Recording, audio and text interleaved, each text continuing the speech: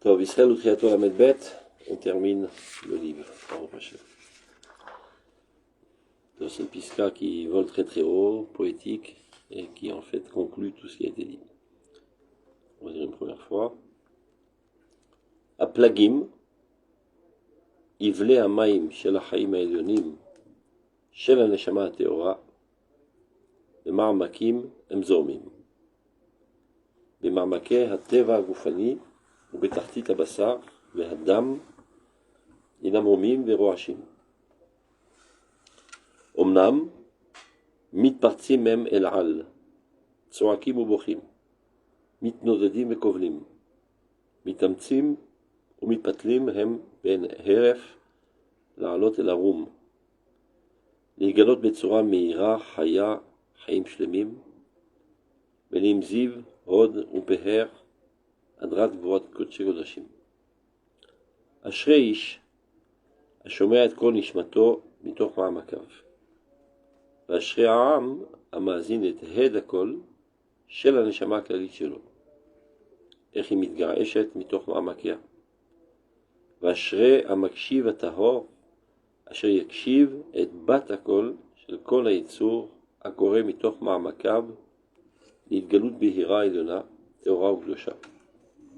אורו של משיח נתון בכלאי האיסורים של עמקי העומקים, ובעת קץ גאולה, בעת אשר רק קו אחד יגלה בתכונה של איזו זהרורית אורה להחיש ישועה כללית לבית ישראל, יגלו ויחשפו אלה הסימנים המורים על צעקת העומק. ומתוך כך, ומתוך כל התנועות הכלליות והפרטיות, הנפשיות והגופניות, יוקשב אותו הקול האדיר והחזק. קול ברמה נשמע, נהי בכי תמרורים, רחל מבקר על בניה, מענה להנחם על בניה כי איננו. והקול עולה ומתעלה בתכונות חיים ומעשה, בתכונות רעיון ומחשבה, בתכונות המון גויים ורוח הריצים, בתכונות נפשות כמהות, אורגות ומקוות, בתכונות חולמי חלומות כועסים ומתקצפים, בתכונות אנשי יישוב ומתינות, בונים ומשכללים, בתכונות אנשי קודש משקיפים ומקווים, פועלים וצופים ישועה וגאולה, ומכולם יעלו ויגלו זרמי אפיקי הנחלים של המעמקים, שכולם אומרים אותה התשועה המנחמת, מנעי קולך מבכי ועינייך מדמעה, כי יש שכר לפעולתך נאום השם, שבו מארץ אויב, יש תקווה לאחריתך נאום השם, ושבו בנים לגבולם. Alors, c'est compris? בעיטה הכי שינה, il aurait dit. בעיטה הכי שינה, טוב. La neshama est enfouie à l'intérieur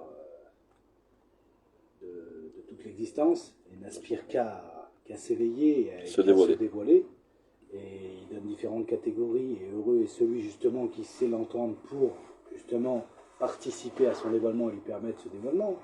Mais de toute façon, quand viendra il y a trois genres de la Géoula, elle se dévoilera. Si tu t'es rendu compte, il y a trois genres d'auditeurs. Quel vidéo, mais je ne pourrais pas les distinguer.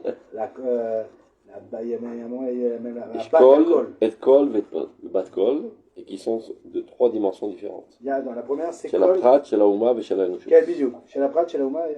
Batkol, c'est la Enoshut. C'est le plus grand. C'est le plus. מי ששומע את זעקת העולם כולו ולא רק זעקת ישראל, הוא יותר גדול. לא רק לאומי מצומצם. Donc, on reprend. Plagim, c'est quoi plagim? C'est des ruissellements. Ivle maim. C'est la chaim elyonim. Donc la vie suprême de l'âme pure. Et, où ça coule? Qu'est-ce que ça veut dire ça coule en fait? Il y a un torrent d'eau qui essaie de casser tous les barrages et d'apparaître. Marmakim.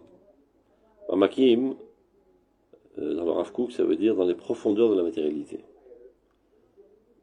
Parce que souvent, quand dans les livres de Torah, qu'on dit Arion Amok, on veut dire c'est un truc très spirituel, très saint, etc. Sur Rav Kook, c'est exactement le contraire. c'est Kodesh Kodashim. Le Kodesh Kodashim, c'est celui qui est capable d'apparaître dans la matérialité la plus grossière. Et c'est pour ça que le Messie apparaît par un itinéraire pas très très propre, pour s'y connaître. Il vient du plus profond de l'existence. Et Tzemar David, Mitarta Vitzmach. Donc il peut relever tout le monde, puisqu'il appartient à ce monde. Il ne vient pas des hautes sphères les plus spirituelles, mais si. Il vient pour une histoire bizarre de Amon, elle a couché avec son père, etc. Et pas très propre cette histoire, mais Ani, Verochev al-Chamor. Donc comme il est très très très très très haut, il peut pénétrer très très très très très bas sans craquer. Plus tu es haut, plus tu peux te mesurer à des défis complexes. Quand tu es moyennement haut, défi moyen. C'est-à-dire, donc c'est ça ce qui veut dire. Les eaux les plus pures, les plus fortes, où elles se trouvent? À Marmakim. Dans les profondeurs de l'existence, les plus grossières, les plus matérielles. Et il le dit, tu vois. Les Marmaké à Teva Goufani. Dans les profondeurs de la nature corporelle, de la matière. Pas dans la spiritualité, pas dans les pensées. Ou Betarti Tabassa, au plus bas de l'échelle de la chair. Ce que les chrétiens n'aiment pas. Charnel. Mortifier la chair. C'est là-bas que se trouve la gloucha la plus haute. Tarti Tabassar, Vehadam, et du sang, Inam Homim Verohashim. Ils bouillonnent, c'est tout. Omnam, ils ne sont pas en bas pour rester en bas, ils sont en bas pour monter en haut. Pour faire monter avec eux toutes ces dimensions matérielles. Mitpartsim hem el al. Ça veut dire, ils font de tout, ils éclaboussent pour faire monter vers le haut. Tsorakim ou bochim. Non, c'est tous ces os, c'est toute cette âme, un cri, un pleur constant de ne pouvoir apparaître totalement et rapidement, et ça prend du temps, c'est étouffé, et donc ça crée des frustrations, etc. Tsorakim ou bochim. Mitnodadim et kovlim, donc ça titube, et l'ikvol, c'est-à-dire c'est vilote, comment on dit ça en français, mince, pas râler, mais disons que ne pas être très content de la situation.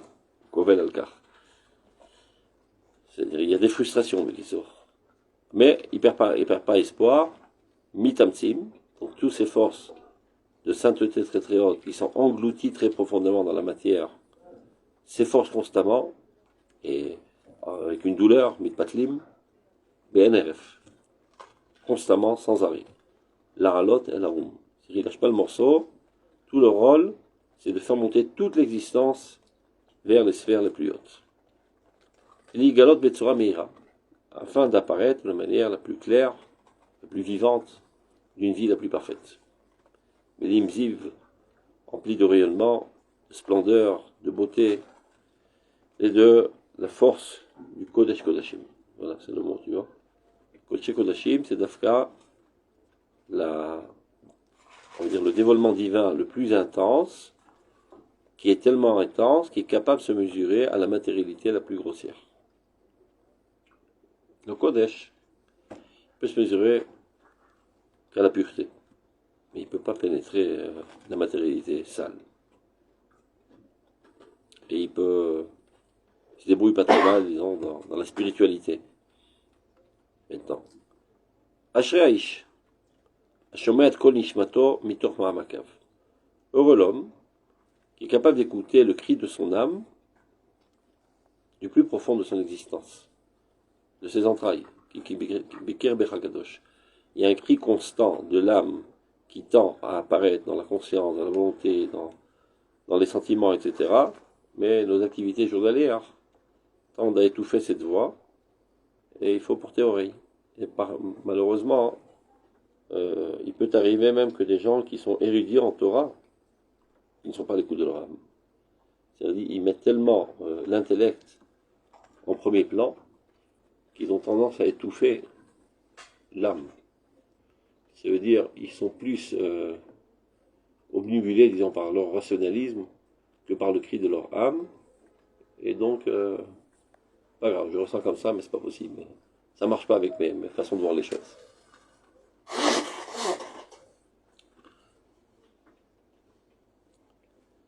Et d'autres qui n'ont pas de Torah malheureusement, et qui ont une oreille bien sensible, et qui écoutent le cri de cette âme, et répondent à son appel, et montent en Eretz Israël. Et agissent pour la nation, etc. Pour le bien, pour la droiture, pour la justice, etc. Ça provient du cri de leur âme. Et il n'y a pas des conceptions tordues qui viennent contrecarrer le cri de l'âme. Puisqu'il n'a pas de Torah. La Torah est tordue, Chas Shalom. Avant le Merov,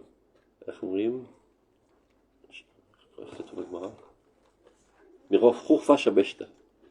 Des fois, tu es tellement charif que tu en arrives à un chibouche. Vas comme l'ita'amek, atamitakem. Parce que tu fais tellement de jonglage intellectuel que tu en arrives à des absurdes. Vas atameter atacheretz. Et les choses les plus crapuleuses, tu trouves un moyen de les expliquer avec des belles phrases, etc. Alors qu'en vrai, c'est totalement contre la pureté de l'homme. En général, ça provient justement d'une définition déjà de base. La Torah est extérieure à moi. C'est une fausse étude de la Torah, tout simplement. C'est des données extérieures. Alors que toute la Torah du Rav Kook, elle est basée sur ça, sur l'écoute de ton âme et l'écoute de Dieu, qui apparaît à travers la Torah, qui apparaît à travers ton âme, qui apparaît à travers l'histoire, qui apparaît à travers tout. Et Zelo Sechel, le Ruach HaKodesh Torah. Donc il y en a qui sont capables d'écouter le cri de leur âme personnelle. Ashrei Ha'am, Amazin et Hedakol Shaneshama Klalim Shelo. Maintenant, ça peut être une écoute nationale, comme la première piscine d'Oroth. Ruach Hashem, Asher Laouma Bichlala. La nation entière, tout d'un coup, entend la voix de Dieu qui lui dit Lech Lecha l'Artzecha, et ils affluent sans cesse, ils construisent, ils s'adonnent avec dévouement, etc. Ashrei Ha'am, Amazin et Hedakol Shaneshama Klalim Shelo. Echimit Gaeshet. Il entend, mais elle bouillonne comme un volcan. C'est un deuxième niveau d'écoute là. Non, c'est une écoute de l'individu ou une écoute de la collectivité. On peut avoir l'écoute de la collectivité et pas de l'individu. Okay. Tu vois bien, il y a des gens qui ne font pas Shabbat et qui sont nationaux. Et ça veut dire qu'ils ont cette écoute. C'est-à-dire le fait qu'ils soient nationalistes sans faire attention à leur individualité, ça veut dire qu'ils arrivent à entendre finalement le divin. C'est exactement ce qui caractérise cette génération. À l'échelle individuelle, des fois ils sont Rechaïm. À l'échelle nationale, ils sont Tzadikim. Non, mais c'est pas parce que, d'après j'aurais pas dit que c'est pas parce qu'ils sont pas à l'écoute. C'est juste qu'ils ne comprennent pas le lien entre la Torah et l'existence. C'est ce qui empêche d'écouter. Parce que ça va contre la Sefel. Donc ils aient tous cette voix. C'est aussi, la Gemara dit Rechaïm et Haratot. Je ne crois pas qu'ils se sentent bien dans leur peau. Mais ça va tellement contre leur façon de voir les choses, on ne voit pas en quoi ça peut contribuer au bien, donc ils aient tous cette voix. Mais tu vois bien que même eux, Beshat Lachatz, ils écoutent cette voix. C'est-à-dire avant de sauter en parachute, il dit tiens, tu peux me passer la tefila 2 minutes.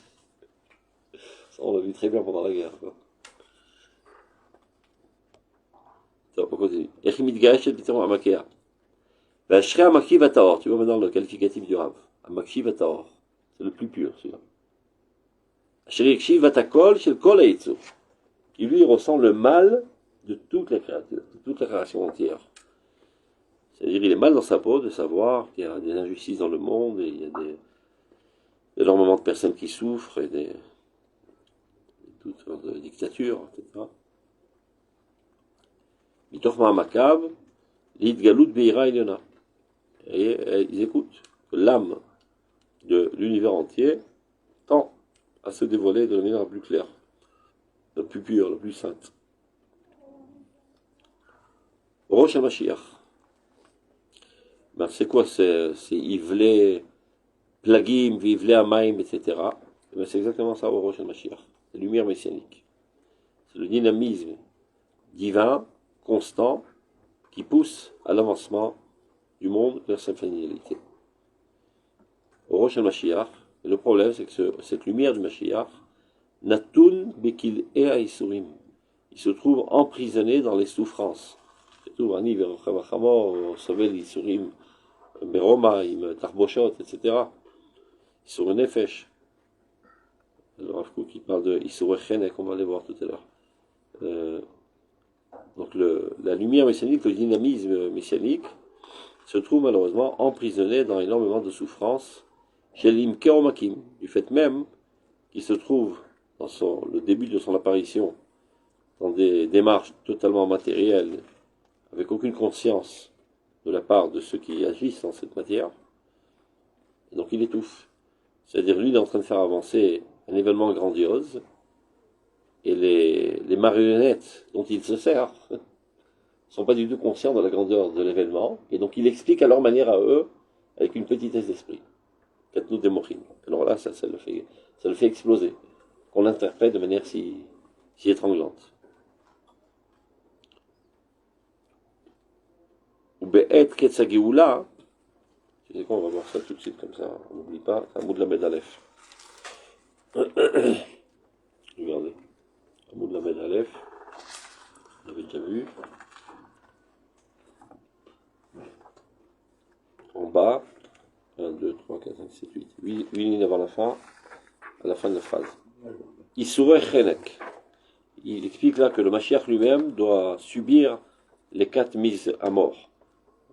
Srefa, Chenek, etc. Donc, Issoureh Chenek. De quoi s'agit-il quand on parle des souffrances d'étranglement du Mashiach? Après qu'on a passé Srefa, etc., on arrive au dernier stade de la souffrance du Messie. C'est l'Iridata Or les Ma'amakim. De faire chuter cette lumière messianique dans les profondeurs de l'existence les plus basses. Velarsof Sibot Kalot Vekalot. Et d'expliquer ça avec des causalités très très petites et très simplistes. Et pire encore, Dinrot Sigvot Memelchakim ou Merot Zvaniot. Ils tendent, ils appuient leur espoir sur des choses éphémères. Ils disent voilà, si c'est Biden qui monte au pouvoir, ce sera la galère pour le peuple d'Israël. Ah mais si c'est Trump, ce sera super. Et si ça sera sur Bibi, catastrophe. Et si c'est ça, ce sera extraordinaire. Ils ont toujours des explications nulles. Voilà, c'est ce qu'il dit. Benitiot Lev Shel Moshlim. Ça dépend de la tendance du cœur des gouverneurs. Et c'est ça qui va, a priori, selon leur compréhension, tracer le chemin de la Géoula. Ou bien Malachim Shel Ishtadluyot Politiot. Pareil. Faire toutes sortes de combines, de coalitions. Mais là, pourquoi? Toujours, Kedarko chez l'arabe. C'est quelque chose de catastrophique. Entre parenthèses, ils expliquent la nécessité de cette situation catastrophique. Lama. Les horaires, ils ont que la pour entrer dans l'histoire, même les nuls. Parce que les nuls, il y a que ça qui leur parle. Tanéroir. Tu leur parles de grands idéaux, ils commencent à démonter la mâchoire, tellement ils baillent. Il y a une combi, un truc, voilà, le Likoud, le machin, ah super, ça rentre des énergies, tu vois. Et donc, eux aussi, ils appartiennent au processus. L'horaire, comme Tanéroir, tu vois. Chez elle, qui im matarot krovot. Ils sont pas fichus de voir plus loin que le bout de leur nez, ces gens-là. Megushamot, les plus matérialistes. Le Metzemsamot, elle est les plus réduite, les plus étranglante. Et dans le problème, c'est que eux, par leur explication stupide, nulle et étranglante, ils s'auto-étranglent de ne pouvoir vivre un événement grandiose. Donc ils en ont ras-le-bol de la vie. À Katnout, Mecholel et Chutzpah. C'est tellement étouffant qu'il n'y a plus de possibilité d'exprimer l'âme. Alors l'âme est en frustration totale. Alors ils cherchent des plaisirs. Ils n'ont pas la possibilité d'exprimer leur âme. Alors ils essaient de combler ce manque et d'anesthésier, s'auto-anesthésier pour ne pas souffrir du mal de l'âme. Alors ils s'adonnent à la débauche totale. À Katnout, Mecholel et Chutzpah. C'est-à-dire qu'à Pitaron, la Chutzpah, regarde l'autre. C'est pas en lui relant dessus. Tu proposes au peuple d'Israël une grandeur de vision, tu les fais adhérer à cela, ils n'ont plus besoin de s'adonner à la débauche. Regarde, Rav Souda et Karl Masbir, on lui demandait que faire avec les enfants chez Mashretim Zera de Batala. Ava Vegadlut Emouna. Il est au plus profond de l'abîme. Gadlut Emouna. C'est pour ça qu'il cherche des plaisirs bas. ברגע שהוא חי במדרגות עליונות, הוא לא צריך, זה נופל מעיניו. ככה לפרט, ככה לאומה כולה. Donc, Chevel Amachnak, cette corde-là qui étrangle, Achouz al Tzavar, elle presse sur la gorge, Monea et Adibour, mais ce thème est à avir. Ça empêche de pouvoir parler, et donc on ne parle pas, on hurle, on crie, on insulte, on se griffe les uns les autres. Et c'est ça ce qui crée toutes les tensions et l'animosité même entre les différents groupes.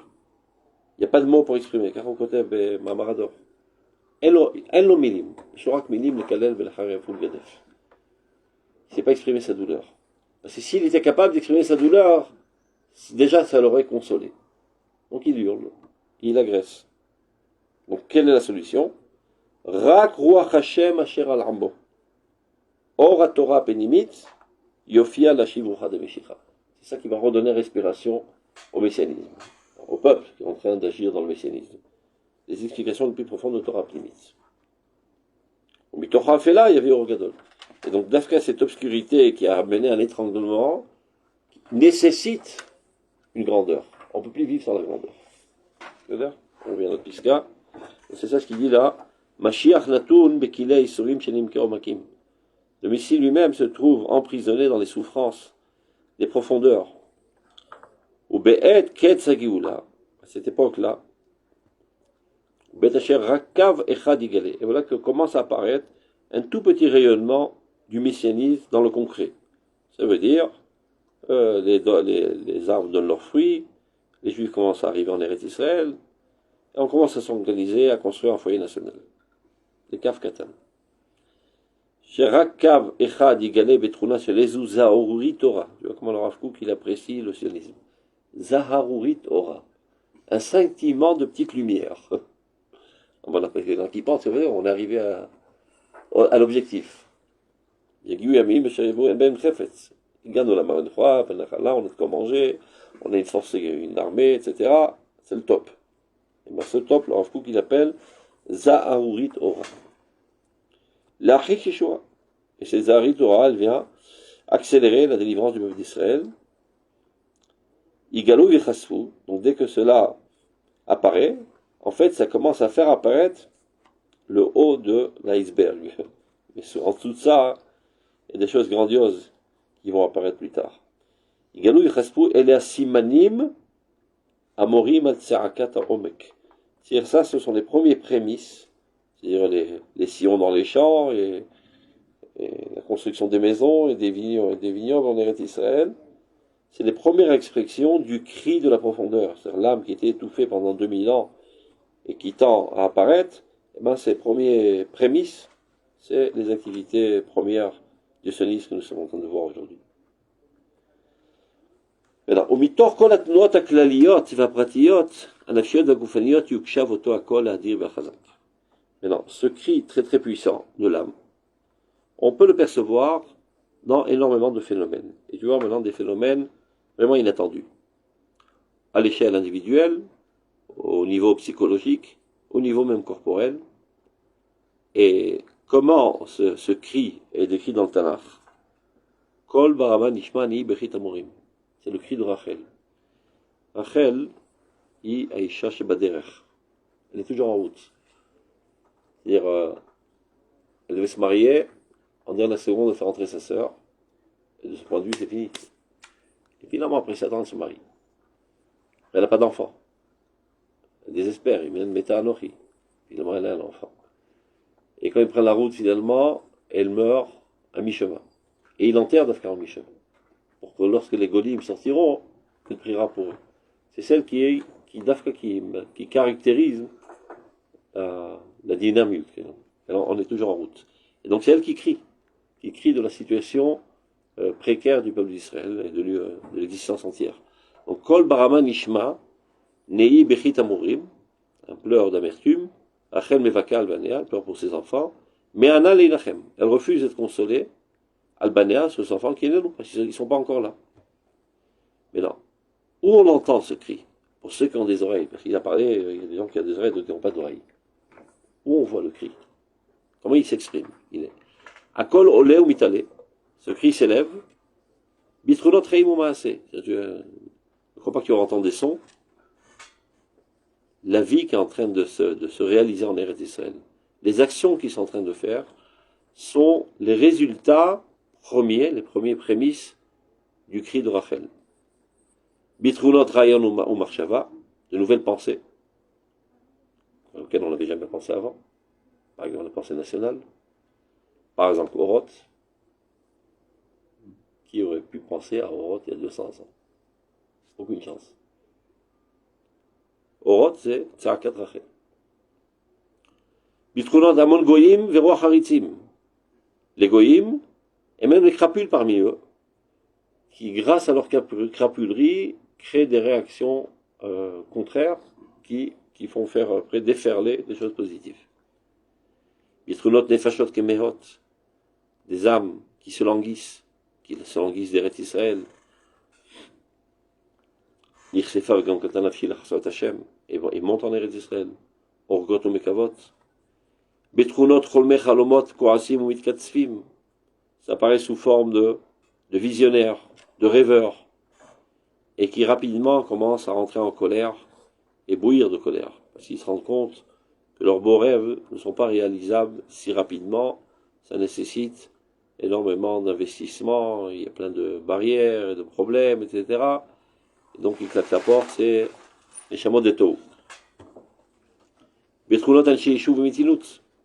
Il y a aussi les gens qui sont calmes, les gens les chameaux des Tikkun, qui construisent les choses de manière, qui élaborent les choses de manière progressive. Bonim ou Meshachlelim, ceux qui construisent, ceux qui sophistiquent l'existence. Bitrunot Anshe Kodesh. Même les gens saints, les tzadikim, mashkifim ou mekavim, qui observent l'horizon et qui espèrent de tout cœur, on la Géoula, c'est Pita l'Ishua, Poalim Vesofim Ishua Begéoula, et qui agissent avec Dieu pour faire avancer la Géoula du peuple d'Israël. Oroth, l'année prochaine, Bah Oroth, il a été écrit. Je pense que ça a toujours existé, Oroth. Chez certaines personnes. Chez les Mekoubalim. Le chidouche, maintenant que tout le monde peut comprendre. Il a sorti. Non, dans le fait que tous ces chiffres, tous ces pensées, tout ce truc, il y a toujours des personnes qui l'ont eu. Barour. Mais c'est ce que je suis en train de dire. C'était pas possible d'enseigner. Les consciences n'étaient pas assez mûres pour comprendre ces rayonnotes. Aujourd'hui, tu vois, on est des moins que rien, on les comprend. J'ai compris, mais c'est pas encore répandu quand même. On le comprend de plus en plus, ok. Ça ressort en fait de nous, parce que ça existe en nous en fait. En chacun d'entre nous, ça existe. Tu ne peux comprendre que ce qu'il y a déjà en toi. Ah bon? Tu as une prédisposition à comprendre. C'est-à-dire un petit enfant, tu lui dis 2 font 4, il comprend. Mais un chat, il ne comprendra jamais. Parce qu'il a la potentialité de comprendre que 2 font 4. Il n'a jamais entendu ça, mais ça se trouve en lui. Donc de même, tu as raison pour Oroth. Les grands Mekoubalim ont toujours rêvé de ces idéaux. Mais ça s'était défini comme Razé Torah, interdit de dévoiler. Parce que c'est Beterem Et, c'est avant le temps. C'est trop précoce. Il faut attendre. Okay. Donc, le Rav Kook, il évalue que maintenant la génération est à même de comprendre ces rayons. Et d'où il le sait? Ils agissent en ce sens. Tu vois, ils s'adonnent pour la reconstruction du peuple. De manière inconsciente, intuitive. Donc, si déjà, le rendre conscient. Leur expliquer ce qu'ils sont en train de faire. Leur expliquer ce que leur âme recherche. En mots. En écrivant, ils rendent conscient l'inconscient. C'est-à-dire ceux qui sont en train d'être faits de toute manière par la nation, du plus profond de son âme, ce qu'on appelle le subconscient, etc. Bien le Rav Kook explique ça en mots et en termes. C'est pas qu'il essaye de faire pénétrer en nous de nouveaux idéaux artificiels. Okay. Il ne fait que dévoiler, être le porte-parole de l'âme collective. Okay. Mais ceci n'était pas possible il y a 200 ans. Parce que ça se trouvait seulement chez les plus grands géants de l'histoire. Tout ce qui est marqué dans Roth, le Mekoubalim le savait, et pleurait pour ça, et priait Dieu pour que ça se réalise. Ouais. Mais c'était Beteremet. Et le Rav Kook, il s'est posé la question très longtemps, le maître. Combien j'ai le droit de dévoiler? Combien j'ai pas le droit de dévoiler? C'est des psukim, des modes contradictoires dans le Gemara. On dirait ce qui est surprenant, c'est il y a une question d'époque pour pouvoir dévoiler ce qu'il va dévoiler. Mais on a l'impression, comment ça se fait que, on va dire, tous les Talmidei Chachamim des autres courants, qui ont quand même une tradition, aujourd'hui, ne sont pas capables de lire ces sujets. Par exemple, même des fois, quand j'entends des débats politiques, d'intellectuels, de gens qui ont des bonnes têtes, presque j'aurais honte de ramener un rave. Parce qu'il ne se ferait serait massacré. À part un Rav Kook qui est capable justement de pouvoir rentrer dans cette cour et de donner même la lumière à tout ça, et je pense qu'il pourrait même ramener à la tchouva tous les gens de ce monde qui ont des bonnes têtes et une bonne analyse. Ça c'est à cause de Rachlanot, il explique dans votre tchouva. La Rachlanot, c'est l'Olamdo Plémiout. Ils se sont adonnés seulement à la technicité de la. Mais pourquoi vous pensez que c'est... J'ai du mal à comprendre que c'est la Rachlanot. Pourquoi je dis ça? Parce que je pense que très souvent, c'est des gens qui... Enfin, ils sont pas Rachlan. Et je pense qu'ils connaissent la Plémiout. Non, ils connaissent la Plémiout. Passe-moi en Rotatchouva. Ils connaissent la Plémiout, mais d'un autre côté, ils ne sont pas capables, malgré une connaissance presque par cœur de la Plémiout, de lire ce que comment le Rav va traduire cette Plémiout. Ça nécessite d'avoir plus de profondeur et de prédisposition. Mais pour arriver à cela, ça doit se développer. Donc il faut s'y adonner à ça. J'imagine vous aussi, mais j'ai déjà entendu par exemple des grands mecs Koubalim reconnus et des gens tzaddik. Je parle pas de bandits. Parce que regarde, ça nécessite beaucoup plus d'efforts de s'approfondir dans l'abstraction totale que dans les choses qui sont concrètes. La Gemara, c'est très compliqué. En fait, c'est très compliqué. Mais c'est des choses concrètes. Oui. Et ça s'appuie sur des choses concrètes. Et après, tu essaies de comprendre le principe de base qui gère toutes ces choses concrètes. Mais dans les mollets, il n'y a que de l'abstraction. C'est un autre genre de tête. Déjà, dans l'humanité entière, c'est une toute petite minorité qui a une prédisposition à l'abstraction. Et après, il faut être aussi convaincu que c'est de la Torah, mais c'est pas de la perte de temps. Parce que tout le monde ne le fait pas, donc a priori, c'est bizarre. C'est pas moi qui ai inventé le mot, c'est Rav Kook. Dans Orot Teshuvah Dalet Yud.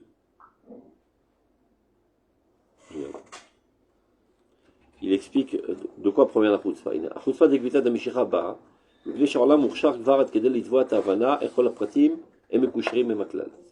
génération est à même aujourd'hui de comprendre comment tous les petits détails sont reliés à la généralité.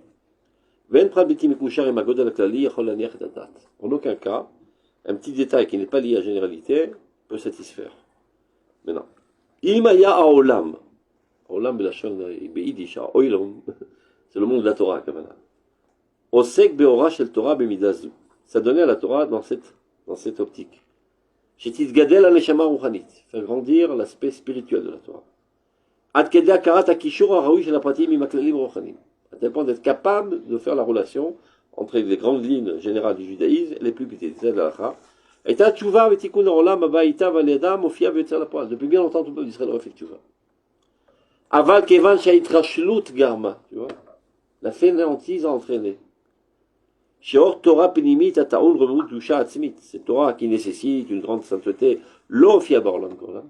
N'a pas apparu dans ce monde encore. Vebad via shel tzidou chaim kele. Et malheureusement, juste à ce moment-là, il y a une exigence de la part du peuple d'Israël de cette grandeur, et elle ne se trouve pas sur l'étagère, ni en livre, ni Béalpé. Et donc, on laisse tout tomber. Arav Machim, une certaine fainéantise, chacun à son niveau, évidemment. Le Migdolim, ils ont la faiblesse. Ils s'adonnent corps et âme pour des géants et même des jongleurs de la halakha parfois. Tu restes époustouflé de leur connaissance. Oui, mais ça donne la halakha, moi je dis même de la Kabbalah. Je me dis, combien c'est le Rav Kook qui appelle ça. Combien de Mekoubalim connus qui sont des tzadikim. Je ne veux pas parler de noms spéciaux, parce que je ne veux pas salir personne. Mais le Rav Kook, il appelle ça Mal'itim et Atzmam Berimze Kabbalah. Tu sais ce que ça veut dire? Il se goinfre d'allusions kabbalistiques. Et pense que par là, ils étudient la Kabbale. Malgré qu'ils aient un comportement de sadique, pieux et plein avec très bonne attention. Et plein d'Yirat Shamaïm, mais il reste seulement dans les termes sans savoir ce qui se cache derrière. Qu'est-ce que ça veut dire tous ces termes? Le rechimou, le machin, le truc, tu les entends parler d'un discours, tu te demandes, est-ce qu'il comprend ce qu'il est en train de dire, ce bonhomme? Est-ce qu'il comprend lui-même ce qu'il est en train de dire? Mis à part ce que ça lui fait une satisfaction spirituelle extraordinaire, et encore plus les nouilles qui sont autour, qui restent comme ça bouche bée devant des mots très bizarres. Mais est-ce que lui il est en train de comprendre ce qu'il dit? Est-ce qu'il sait que ça veut dire dans le monde réel? Est-ce qu'il a fait ce relationnel? À mon avis, non. Ils disent que c'est même pas nécessaire. Donc ils ont rien compris. C'est ça que je suis en train de dire. Ils disent c'est pas ça le limite de la Kabbalah. Eh bien, c'est ça que je suis en train de dire. J'ai entendu de plein. Je sais bien. C'est pas la raison, mon c'est pas pour ça que je par moyen que je le dis. Moi, c'est la Torah de la Kabbalah. La Torah, ça marche pas. C'est pas de la mystique. C'est pas une connaissance technique d'un jargon. C'est des pensées. Des pensées qui donnent des directives, quoi faire au niveau de l'individu, de la famille, de la nation, de l'univers entier. C'est ça la Torah de la Kabbalah. Et rien d'autre. Il n'y a aucune différence entre Torah Taïmoula et Torah Kabbalah, tout d'abord. Seulement c'est dit dans un langage, dans un jargon spécifique. C'est exactement la même chose. Il n'y a rien d'autre, on ne va pas chercher autre chose. Et tout ce qui te donne l'impression qu'il y a autre chose, c'est parce qu'ils ne comprennent pas l'essentiel. Donc ils se camouflent derrière une ambiance mystique, mais je suis persuadé à 1 000 000 % qu'ils comprennent pas ce qu'ils racontent. Avec très bonne intention et très grande pureté. Et ça leur rajoute de l'Aïrat Shamaïm. Parce que la Kedusha qu'il y a dans ces termes et dans cette science, elle a une influence directe sur la Neshama. Et même quand ils étudient le Ramchal ou le Maharal, qui pourtant... Tout ce que tu as envie. Non, mais qui pourtant, le Ramchal ou le Maharal ont quand même déjà commencé ce travail de traduction. Mais c'est pas traduit. Non, il n'y a pas ça. Au ras du sol, et encore plus sur le Rav Kook, au sous-sol. Oui, c'est pas ça, non, ça y a... Exactement. Je sais très bien. Donc, c'est plus sympa de rester là-bas. Mais non, celui qui a traduit encore plus que le Rav Kook, c'est le Rav Zouda. C'est pour ça qu'à l'université, ils peuvent encore avaler le Rav Kook. Parce qu'ils peuvent l'envoyer au ciel. Comme il a un langage poétique, on explique ça par des paraphrases, mais on ne dit rien. Un discours de politicien. Mais le Rav Zouda, on ne risque pas de faire un discours politicien. Il est clair et net. Il tranche la halakha nationale selon Oroth. Donc là, ça le fait. Il reste très en colère contre lui. Très très en colère. Et donc il dit, il a changé le kivon de son père, etc. Son père, c'était quelqu'un de très poétique, lui rentrait dans la politique, etc. Le surplus de, entre guillemets, de nationalisme qu'il voit dans ses écrits qu'il est... Monsieur Sheker. Tu as bien vu la première marque, l'homéothène ou cosmopolitique. C'est exactement Roth, c'est calqué totalement sur Roth. La seule différence, que ça c'est avant l'État, ça c'est après l'État. Donc ça c'est la théorie, ça c'est la Khalamassé. C'est exactement le même livre, traduit, tu revois les mêmes concepts exacts. C'est ça la grandeur. Même de manière plus claire. La grandeur géante du Rav Zouda. C'est que bien que lui était un géant lui-même, il s'est totalement effacé à son père. C'est pas évident ça, force de caractère. Oui, mais attends, son père, elle était... Ouais, mais quand même, chacun il veut sa créativité personnelle, etc. C'est totalement effacé. Il s'est donné toute sa vie d'abord à mettre sur papier les écrits de son père, et après les divulguer, et les inculquer dans les têtes et dans les cœurs, etc. C'était ça tout son rôle. Avou Blim, c'est la même personnalité. Moi, David de Shlomo. Oui. C'est un Nava dira d'abord. On dit pas, mon père disait comme ça, mais quand même, je rajoute un petit truc, etc. Non. Abba lo markar. Il disait comme ça. Abba. Adoni Avi Mori Abba. Rabbi Abba. D'accord. Tov. Ma fille m'a posé la question. Comment le fils de Rabbi Abba, il appelait son père? Il s'est dit Abba. Il est père. Abba. Il disait Adoni Avi Rabbi Bikesh Meni Likrolo Abba. Sinon, moi, je n'aurais pas osé. Il a dit qu'on a dit Vodara. Tov. Ici, on est vachement occupé. Hein. Quand tu vas dans les grottes, quelle attention avec le Rav Zouda. Mamash, dans tous les plus petits détails, tu vois des lettres. Entre eux. Mamash. Dans les plus détails, mais les plus matériels.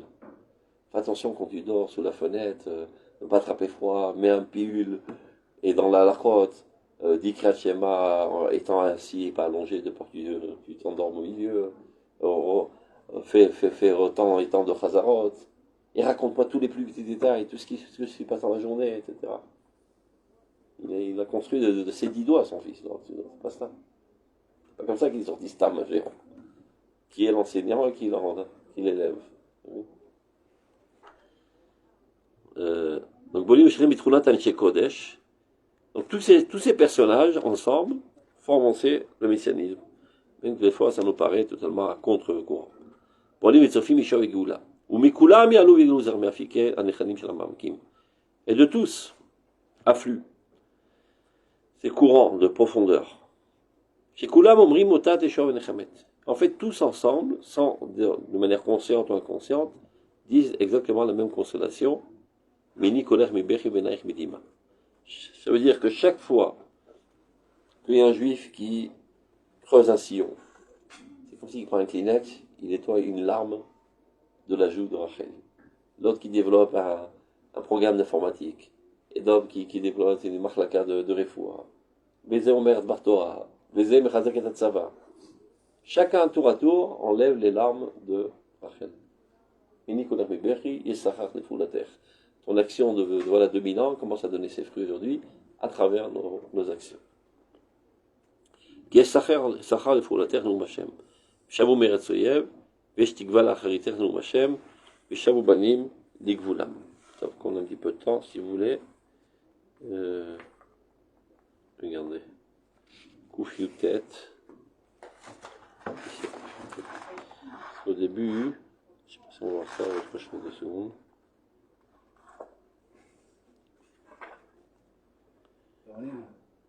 Koufi tête. Alors, Koufi tête. Non, זה שייך להתחלה, צריך לראות משהו אחר.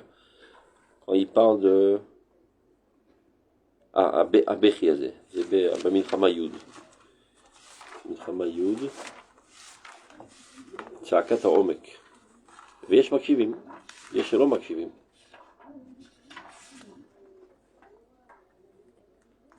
זה commence par... כנסת ישראל תכיל. כן.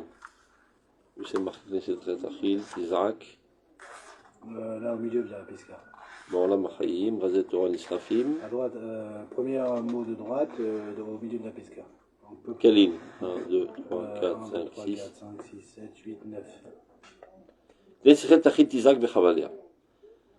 Donc elle hurle de souffrance, Knesset Israël. Oh Inali, malheur à moi qui arrive fin des filles, je suis fatigué. Razet Torah Lachitzanim Serou. La Torah a été donnée au Goïm. La Torah Nisrafet, elle est brûlée. Ses rouleaux sont brûlés.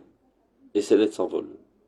Mais les venez de Tzion Aïkarim, les enfants de Tzion, si chers, ils ont de la cendre au lieu d'avoir des filines d'air. Alors, suite à cela, Kamim Nevoneh Levav. Qui c'est les Nevoneh Levav? C'est les grands sadikim. Bechatzot Laïla, au milieu de la nuit. V'yedem Ahalatseem ki yoleda, ils ont leurs mains sur leurs hanches comme une femme qui accouche. Et ils pleurent, ils hurlent de souffrance. De quoi?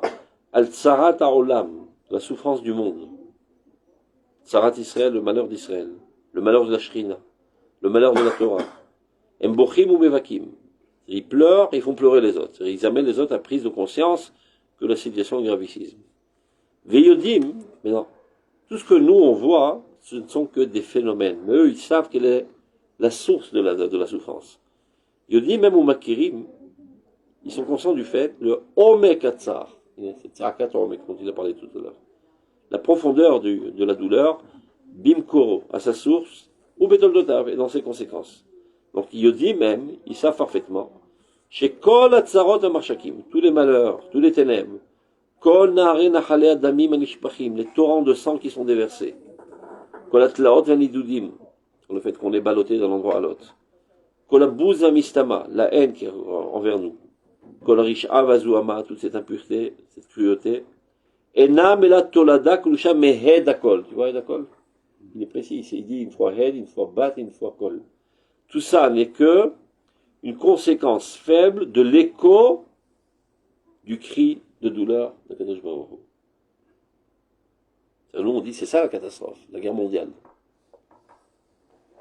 Ça, c'est Ktsiar Galron. C'est le symptôme Kalouche de la véritable douleur. Et il va expliquer c'est quoi la véritable douleur. Tsar HaShamayim, le malheur des cieux, le malheur de la Shrina. Tsar Idealiut Amahutit, Bi Parda Mimekor Tarnugeha. C'est quoi Idealiut Amahutit? Il y a plein d'idéalistes dans ce monde. Mais tous les idéaux sont faits des aspects différents de l'idéal par excellence. ומה זה בהיפרדה ממקור תענוגיה? זה הפירוט בין קודש הבריך ובשכינתנו. וזה מקור כל הצער. מכאן התחילה הקטסטרופה העולמית. והאידיאלות העליונה, maintenant de quoi ça dépend pour que cet idéalisme parfait de Dieu puisse apparaître dans ce monde? De Rucham Shalabriot. Ça dépend de l'esprit des gens, ou Bechirat Adam, et du choix de l'homme. C'est-à-dire, qu'est-ce qui va faire qu'il y a Yichud Kuchabechu Ushrinte? C'est que les Juifs veulent faire ce que Dieu avait projeté de son monde. De fait, ça veut dire Tchouvat Israël. Israël fasse Tchouva. Veromamut Atzilut Aruach Haritzini. Et que les gens commencent à devenir sérieux, prennent au sérieux le monde. Pas comme les chrétiens qui ont abandonné le monde. Il n'y a rien à faire. Ce monde, c'est le Satan. On se barre. Et donc on annule les mitzvot, parce que ça sert à rien. C'est quoi les mitzvot? C'est pour améliorer l'existence. C'est foutu de toute façon, il n'y a rien à améliorer. Le monde parfait, c'est le monde céleste, le monde après la mort. Il dit, le roi, il dit au Ménacosar, il dit, j'ai pas remarqué qu'ils s'empressent d'y arriver, s'ils en parlent tellement. Ils disent qu'ici, tout est pourri, tout est douloureux, tout est affreux, etc. Pourtant, ils sont bien gras, ils aiment bien la vie, etc. Et j'ai jamais vu un prêtre qui se suicide. Et quand il est malade, il accourt rapidement chez le docteur, donc il aime bien la vie. Tout ça, c'est un mensonge. Tu vois pas que l'existence crie que c'est un mensonge. Que tout être est amoureux de la vie. Parce que la vie, elle est bonne. Donc, prendre au sérieux le monde. C'est pas une rigolade. C'est quelque chose de sérieux et qui peut être amélioré. Et de quoi ça dépend? De nous. C'est Tchouvat Israël. Veromut Atzilut Aruach Haritzini. Tout ça dépend de cela pour apporter le Yichud Kushabechu. Et c'est ce qui fait que Em Korim les Tchouva. Toute leur vie, c'est leur seule idée obsessive, c'est tzadikim, d'amener tout le monde à faire tchouva. Comme il dit le Rav dans la Gama de Rodisha, Inini nitra ve'etzematzmuti ledaber al dvar tchouva, inini cholem rak alodota. C'est une pensée obsessive constamment. On invite le Rav Kook pour donner un cours chez le Chot Mouksé, 3 secondes après, il bifurque sur la tchouva. Il ne peut pas se retenir. Zan osé shalom. Je l'ai raconté, comment il s'appelle? Il était à Kalim, à Atzmona, un peintre, il était le grand rabbin de Atzmona, mais il était aussi artiste. Au moment où il a laissé tomber le rôle de rabbin, il s'est mis seulement à dessiner. Il a porté un remplaçant. Entre autres, dans tous ses dessins, il a dessiné le visage de Rav Kook, avec toutes les lettres de Orot Hatshuva. C'est Otiot Nishmat Rav Kook, Orot Hatshuva. אז הם קשורים לתשובה, ואנו ליה ואיננו ליה. Donc זה צעקת האמת, donc il parle de ça. On a bien vu. Top, on va se mettre là.